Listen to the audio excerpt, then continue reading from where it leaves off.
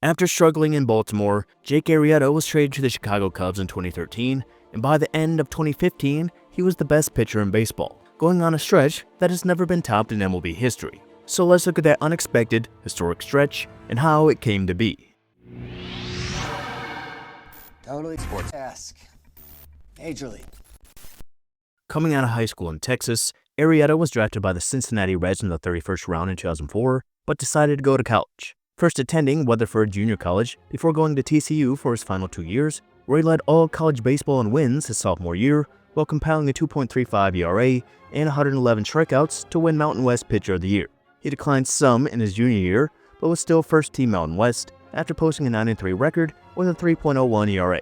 And with this, he was selected in the 5th round by the Baltimore Orioles, opting to sign with them instead of going back for his senior year. His first full year in the minors came in 2008, where he appeared in 20 games with a 2.87 ERA, striking out 120 in 113 innings. And while it was clear that Arrieta was talented, coaches noticed he was struggling in the mental aspect of the game, having a hard time composing himself when under stress, something he would have to work on. In a year he also appeared in the Futures game and won a bronze medal in the Olympics, not for breakdancing, but for being a member of Team USA.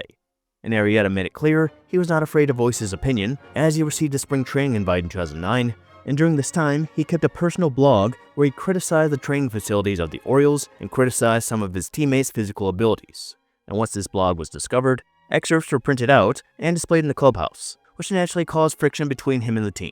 Regardless, Arrieta started the year in AA and moved up and down from double to AAA, posting a 3.4 ERA, striking out 148 in 150.2 innings.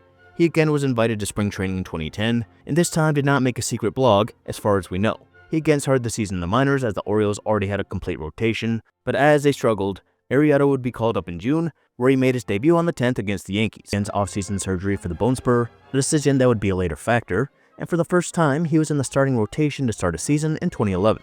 And to start the season, he allowed 1 earned run over 6 innings in a win against the Tigers, and through the first half of the season, he led the team with 9 wins in 18 starts. However, he had a 4.9 ERA with a high walk rate, walking at least 3 in 7 starts in May and June, partly attributed to the reoccurring elbow spur, which became more noticeable, culminating in a season-ending surgery in August, as he posted a 10-8 record and a 5.05 ERA. Arrieta was named the Orioles' opening day starter in 2012, following the trade of Jeremy Guthrie, and he threw a 7-inning 2-hit performance against the Twins, but his success was short-lived. Struggling with command and consistency, he had a 6.13 ERA after July 5th, and was eventually demoted to AAA. Again, struggling with the mental aspect, Arrieta began working with a sports psychologist, which led to some improvement. Over his final 4 starts in AAA, he posted a 1.82 ERA. After his first 6 starts, saw him post a 5.75 ERA. He did come back to the majors, and he finished the season with a 3-9 record and a 6.2 ERA, not making the active roster for the Orioles in the playoffs. He did return to the Orioles rotation in 2013, but continued to battle with inconsistency. After posting a 6.63 ERA through 4 starts, he was demoted again, spending the rest of his time in Baltimore bouncing between the majors and AAA. And his time in Baltimore officially came to an end on July 2, 2013, when him and Pedro Strop were traded to the Chicago Cubs for Scott Philbin and Steve Clevenger, a trade that at the time was met with criticism from Cubs fans and players, mainly from the fact that Scott Feldman was clearly better at that point, and a quick look at Arrieta's stats and injuries did not excite Cubs fans. But little did they know that this would be about as one-sided a trade as you would see. Arrieta did start in the Cubs, but the ones that play in Iowa, which was the best thing for him, as now he had a chance for a fresh start. And in Iowa, he posted a 3.56 ERA with 39 strikeouts over 30.1 innings and 7 starts. And this earned him a spot start for Chicago in a doubleheader against the Brewers. And that was very short-lived, as he went back to AAA, but was reinstated to the Cubs rotation on August 14th, replacing Carlos Villanueva. He would go on to make 9 starts for the Cubs that season, posting a 3.66 ERA, striking out 37 batters in 51.2 innings, lowering his walks per 9 to 4.2, after he was at 6.5 during his first half with the Orioles. He still had some command issues, but he was on the right track that would lead him into his breakthrough season. He actually missed the first month of the 2014 season due to tightness in his right shoulder, but he returned on May 3rd with improved command, confidence, and facial hair. The noticeable difference was his slider and his cutter, which he now commanded effectively, proving devastating against right-handed hitters who hit just 207 against him that year after hitting 246 the previous year, with Arrieta actually being more effective against lefties at that point. And it was June when Cubs fans became very content about the trade. During that month, he went 4-0 in 6 starts, posting a .92 ERA, the best by any Cubs pitcher in June, since Rick Reichel in 1977. His ERA was down to 1.81 after that month. That finished with a one-hitter against the Red Sox over 7.2 innings. He was an all-star snub. It wasn't quite as dominant in the second half, but he was still very strong in comparison to previous years. And he ended the year very strong. On September 16th, facing the Reds, he took a no-hitter into the 8th inning before he would surrender a double to Brandon Phillips. But he still threw his first complete game shutout, striking out 13 along the way, which was the team's first one-hit shutout since John Leiber in 2001.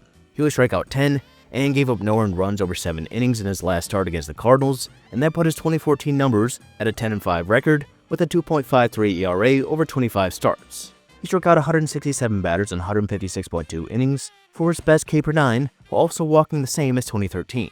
Only in 2014, he pitched almost 80 more innings. And for this, he earned a 9th place finish in Cy Young voting. And though the Cubs finished 16 games under 500, they looked good to end the season, with Arrieta leading the team in WAR, along with the young Anthony Rizzo and Kyle Hendricks, with 2015 having a chance to be the start of something special. To go along with Arrieta, the Cubs signed the already established Jon Lester, a veteran joining a young team, with a pitcher hitting a peak that was never expected to be this high. And for what 2015 would be, it actually didn't start out that well for Arrieta. In his first 13 starts through June 16th, he went 6-5 with a 3.4 ERA in 82 innings, while striking out 89, and for this reason, he would not make the All-Star team. But everything changed for him on June 21st, which began one of the greatest stretches a pitcher has ever had.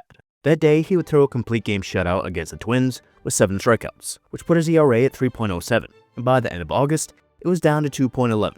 In that month, he gave up 0 earned runs with at least 6 innings pitched in 5 of his 6 starts. His 2 earned runs on the 15th being the only earned runs he gave up that month, still picking up a win in that start along with the other 5. And it was his last start that made him the Cy Young favorite. He went into Dodger Stadium against the first-place Dodgers, and through the first 5 innings, the only batter to reach was Kike Hernandez on an error. Dodgers legend Jimmy Rollins would walk the next inning, but the Dodgers were kept silent after, as Arrieta compiled 9 strikeouts to 8 with a 0 in the Dodgers hit column.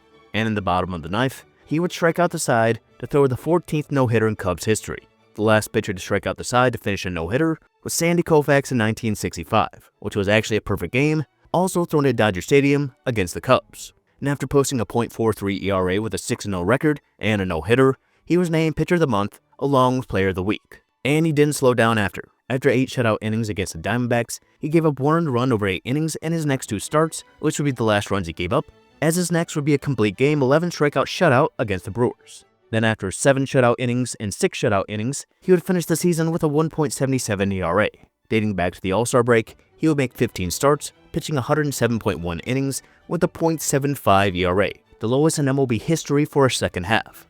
With his 22-6 record, he was just the 5th pitcher to win at least 22 games with less than 7 losses, and an ERA under 2 since 1913. He led the entire league in wins, complete games, shutouts, and home runs per 9, while leading the NL in hits per 9 and games started, finishing second in ERA, WAR, and record behind Zach Greinke, his main competition for Cy Young. But before that was announced, the Cubs were back in the playoffs for the first time since 2009, and before they could actually play a series, they would have to win the wildcard game. And their opponent was an NL Central opponent in the Pirates. Veterans of the wildcard game, this would be the 3rd straight wildcard game they would play, winning in 2013 and losing in 2014. And one thing for sure was the crowd had been a factor. You can just ask Johnny Cueto. But Madison Bumgarner wasn't affected in 2014, and Jake Arrieta took to the internet on his public blog on Twitter to let the Pirates crowd know they weren't going to be a factor. And he was right. Through 5, he had struck out 8 and given up 0 runs. Meanwhile, that would be Garrett Cole's last inning, as Kyle Schwarber drove in 3 of the 4 Cubs runs. Not the last time Schwarber would hit a home run off Cole in a wildcard game. After hitting 2 Pirates over the 5th and 7th, Arrieta would be hit in the 8th, causing benches to clear, and after a Gatorade cooler would be a victim of abuse, Arrieta would steal second, with Arrieta having more stolen bases than the Pirates had runs. He would get a line out to end the game, and that officially made Arrieta the first pitcher to throw a shutout in the playoffs while striking out at least 10, that being 11, and walking 0, as 2 future Phillies would single-handedly win the game for the Cubs. Arrieta would pitch 2 more postseason games, but both being almost the same. He went against the Cubs' rival in the Cardinals in Game 3 of the NLDS, pitching 5.2 innings, giving up 4 earned runs, walking 2, and striking out 9. But he was the winning pitcher, as the Cubs provided 8 runs, as they would go on to win their first playoff series since 2003 against their rivals. In the NLCS against the Mets, Arrieta won in Game 2, and this time he pitched 5 innings, also giving up 4 runs and walking 2, while striking out 8. But this time, the Cubs' offense wasn't there, as he would be the losing pitcher in a 4-1 loss, as the Cubs would go on to be swept. But they still went further than expected, and with a young core, 2016 was bound to be their year. But before that year would start, there was still the Cy Young question, and in a rather close vote, it would be Jake Arrieta taking the award home. It was a decision that could go either way, with Kershaw being deserving as well. And in looking back at it, it's really one of the top 2 finishers in history. Greinke had the better WAR, ERA, and WHIP, while Arrieta had more strikeouts, innings, complete games, and wins. But Greinke had the better win percentage. What I think ultimately gave Arrieta the award was recency bias. While Greinke also finished strong, voters were left with Arrieta giving up 4 earned runs over his last 88 innings, going 11-0 with a no-hitter.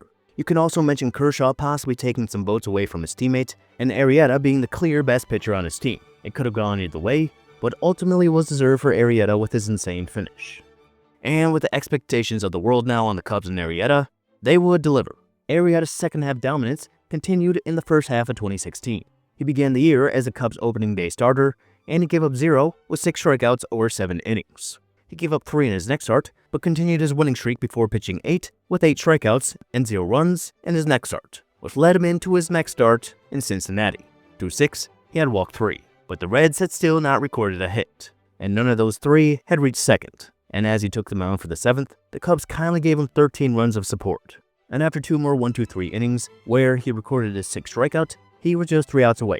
And unlike his last no-hitter, the 9th was not easy. It started with his 4th walk, and after getting the next 2 out, Scott Schebler became the only Red to get to second, as Eugenio Suarez would fly out for the 15th no-hitter in Cubs history, and Jake Arrieta's second no-hitter in a span of 8 months. And with this, he became the second pitcher to not record a loss between no-hitters. The other was John D. Vandermeer, who was the only pitcher to throw back-to-back no-hitters. And in this case, Arrieta's no-hitters were 17 starts apart. And that win streak would last until June 5th, when he would give up 3 over 5 against the Diamondbacks with 12 strikeouts. Not bad, but for the first time since July 25th in 2015, Arrieta took a loss, ending a 20-game win streak. But he would win his next 2, pitching 6 shutout innings with 11 strikeouts on the 17th. And this is really where the streak of dominance came to an end. Arrieta would take some losses in his next few starts, while giving up 4 more earned runs in 3 straight. But his first half still gave him his first All-Star appearance, as he made 18 starts, pitching 114 innings with 121 strikeouts and a 2.68 ERA. And going back to that stretch that started on June 21, 2015 and ended on June 17, 2016, Arrieta started 34 games, pitched 240 innings with a 27-2 record and a 1.2 ERA. Since the mound was lowered in 1969, that is the lowest for any starter over a 34-game span, while also having the best record, better than Dwight Gooden's 34-game stretch from 86 to 87, where he had a 1.42 ERA with a 23-3 record in 272.1 innings, and Greg Maddox's 34-game stretch from 94 to 95, where he had a 1.48 ERA with a 24-3 record in 261.2 innings. The only span better was Bob Gibson in 1968, the pitcher most responsible for the mound lowering. In that season, he made 34 starts with a 1.12 ERA with a 22-9 record and 304.2 innings with 13 shutouts. So this was arguably the best, and without a doubt one of the best stretches any pitcher's ever had, and the best since the mound was lowered.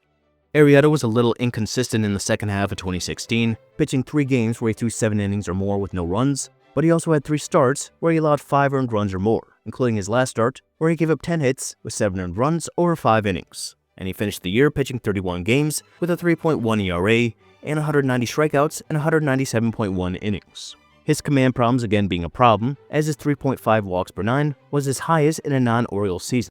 Regardless, that final start did hurt him, as it took his ERA over 3, and he still had the lowest hits per 9 in the league. And for the 3rd straight year, he would receive Cy Young votes, finishing 9th, while also picking up a Silver Slugger, and he was one of 3 Cubs to receive Cy Young votes, as the Cubs went into the playoffs as a top seed, hoping to vanquish a century-long curse. And though Arrieta was no longer the ace, it can't be understated how important he was in the Cubs' playoff run. In his first start, he took the mound on the road in San Francisco with the Cubs up 2-0 in the series, and he would deliver a quality start, going 6 innings, allowing 2 earned runs, and striking out 5. And when he left the game, the Cubs had a 3-2 lead. But Arrieta lost his chance for a win after the Giants scored 3 in the 8th, and though the Cubs would come back to tie things in the 9th, a Joe Panic double ended things in the 13th. The Cubs would again come back the next night, and this time they won to set up an NLCS matchup against the Dodgers. And after they were split at home, Arrieta was again on the mound for a Game 3 on the road, and it would not go as well, He went 5 innings, giving up 4 earned runs, with 2 of the 6 hits he gave up being home runs, as the Cubs were shut down by a young Rich Hill as they went down 2-1. But the Cubs would win the next 3, and they were back in the World Series for the first time since 1945. And Game 1 in Cleveland, the Cubs would not score a run with John Lester on the mound, and with Kyle Hendricks going in Game 6 of the NLCS, Arrieta would be on the mound again on the road, only it was a Game 2 this time, a huge game with the Cubs already down 1-0, and he would deliver his best start of the postseason at the best time. The Cubs gave him a lead before he would even take the mound, and that was nearly all he needed. But the Cubs gave him another run in the 3rd and 3 more in the 5th, as Arrieta gave up his only run in the 6th on a wild pitch, and after giving up his second hit, he was taken out just 1 out away from getting a quality start, as he went 5.2 innings, striking out 6 with a 1 earned run, as he would pick up the win. And without that win, the series would have ended after Game 4, as the Cubs went down 3-1. But the Cubs were still alive and won their only game at home in the series in Game 5, which brought things back to Cleveland. And with the season and the hopes and dreams of Cubs fans on the line, Arrieta was on the mound on the road for the 4th time in the playoffs. And again, the Cubs gave Arrieta a lead before he took the mound. Only this time, they gave him 3 runs, all scored with 2 outs. And again, he started to cruise. The Cubs gave him an additional 4 runs in the 3rd on an Addison Russell grand slam, giving Arrieta a lot of leeway. He gave up 1 in the 4th and the 5th, and went out in the 6th. And after walking Lonnie Chisenhall with no one on and 2 outs, he was again taken out 1 out away from a quality start, though he would still pick up his 2nd win of the series. And that would be the end of his underrated playoff run, as the next night, the Cubs would win a wild Game 7 that Arrieta very well could have pitched in if things kept going. But he did not need to, as a 108-year drought came to an end, and Arrieta was very well in the run for the MVP. Picking up 2 wins in the series has always put a pitcher in the run, but after picking up the go-ahead hit in Game 7, Ben Zobrist took home the MVP. Still a great way to end things for Arrieta.